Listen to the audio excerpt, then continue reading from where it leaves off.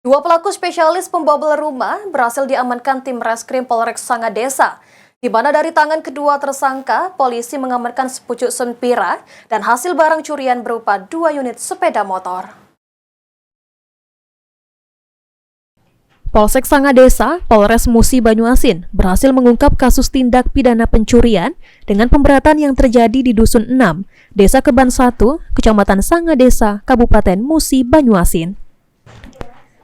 Di mana aksi pencurian tersebut terjadi pada tanggal 1 Januari 2025 yang dilakukan oleh dua pelaku, yakni Aan Sukoco 36 tahun dan Yondi Andres 21 tahun, dengan cara masuk ke rumah korban dengan cara mencongkel jendela belakang menggunakan linggis. Setelah berhasil masuk, kedua pelaku langsung menggasak harta benda korban dan mengambil sejumlah barang berharga, termasuk 2 unit sepeda motor.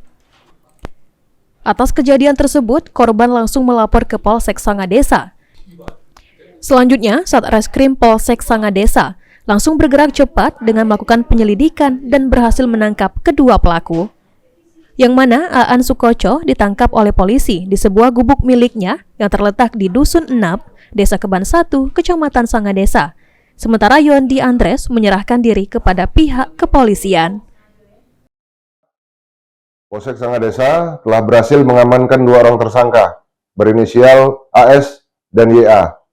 Kedua tersangka tersebut ditangkap karena telah melakukan pencurian pemberatan pada tanggal 1 Januari tahun 2025 milik korban atas nama Musa.